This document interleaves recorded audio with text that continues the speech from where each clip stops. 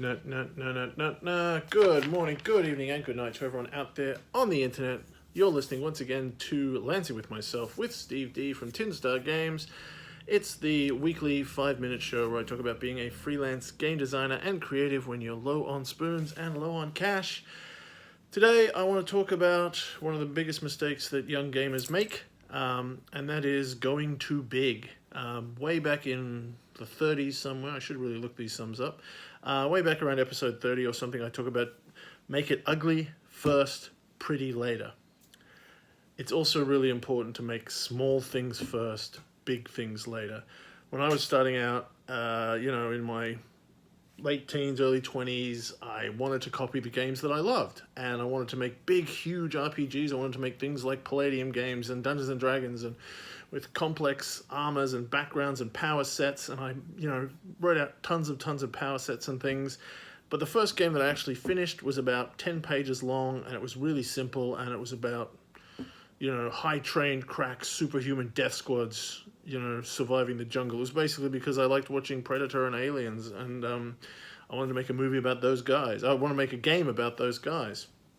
And that was really good for me to just have something and get what goes into a game and make a game and finish it. And it's really important. It also goes back to what I said a couple of weeks ago about beating the path. Every extra step that you have to learn, everything that you have to do beyond just making a game is so much extra work. Learning the discipline to do long projects, learning the discipline to cater for every possible possibility, building huge worlds, building large power sets.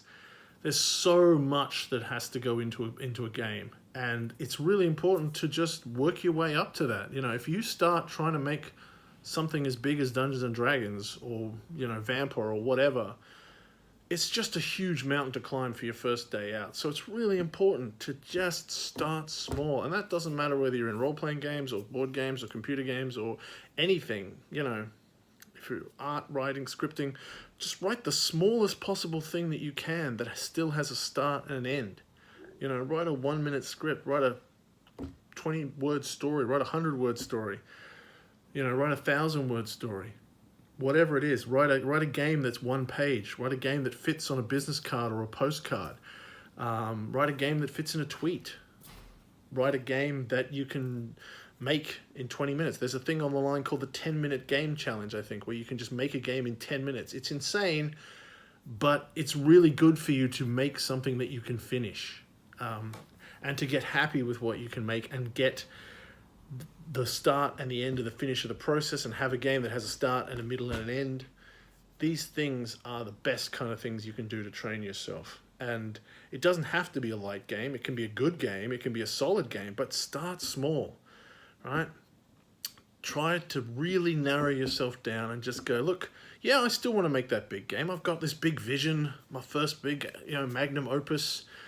It's easy for me to talk, Steve. You just wrote Relics. Yeah, but I built up to Relics for 20 years, right? Make something small. It doesn't have to be too diminutive. It doesn't have to be a postcard, but 10 pages. Like another one of the first games that made it popular was a game called There Is No Spoon. Originally, that fit on a forum post. It was about 500, 800 words long. And then I fleshed it out a little bit, and it was like 12 pages. And games don't have to be big. That game, I still have people saying that they loved it and they really, really played the hell out of it. Particularly in role-playing games, but also board games. The simple, smallest things can have the most impact.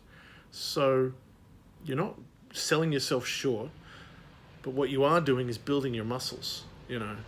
Don't try to run the marathon or climb the mountain first day out. Limit that scope. Bring it back. Let yourself, not have to be the biggest designer in the world. You don't have to jump out and be Gary Gygax or whoever your hero of choice is in your first day out. You get to make small games, and you should enjoy that. So just put aside whatever you're working on today. I want you to do that. Put it aside and say, I'm going to build the smallest game I can.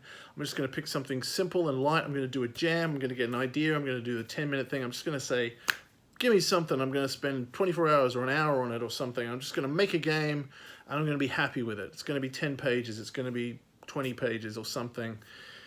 I'm not going to let it get away from me, because that's the other thing that's dangerous. Stop those rabbit holes.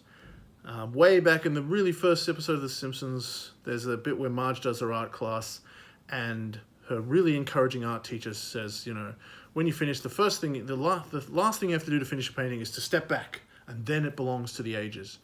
That's the skill you're really learning, the skill of finishing. The bigger and larger it is, the more scope, the harder it is to finish. The more it will weigh you down. Learn to finish first by working on smaller things. So, very simple message.